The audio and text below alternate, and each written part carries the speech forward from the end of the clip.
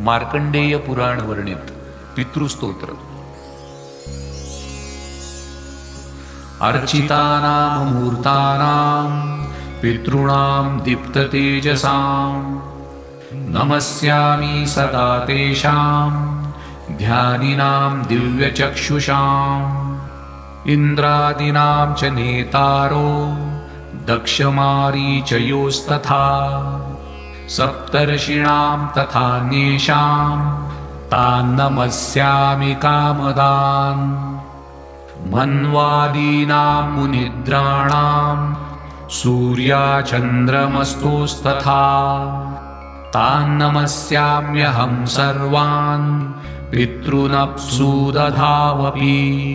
नक्षत्राणां ग्रहाणां च वायव्यग्न्योर्भसस्तथा द्यावा पृथिवो व्योश्च तथा नमस्यामि कृताञ्जलिः।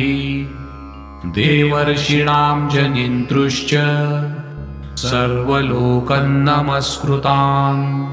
अक्षय्यस्य सदा दातॄन् नमस्येऽहं कृताञ्जलिः। प्रजापतेः कश्यपाय सोमाय वरुणाय च योगेश्वरेभ्यश्च सदा नमस्यामि कृताञ्जलिः।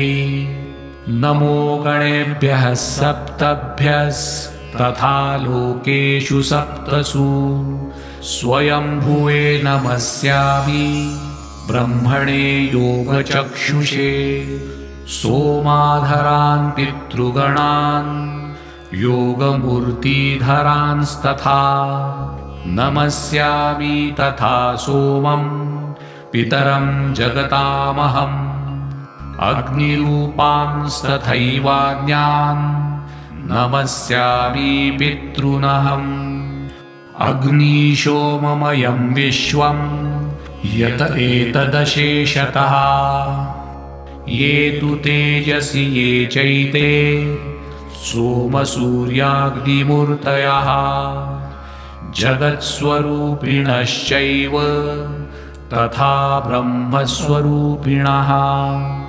तेभ्योऽखिलेभ्यो योगिभ्यः पितृभ्यो यतमानसः नमो नमो नमस्ते मे प्रसीदन्तु स्वधाभुजः। इति पितृस्तोत्रं सम्पूर्णम्।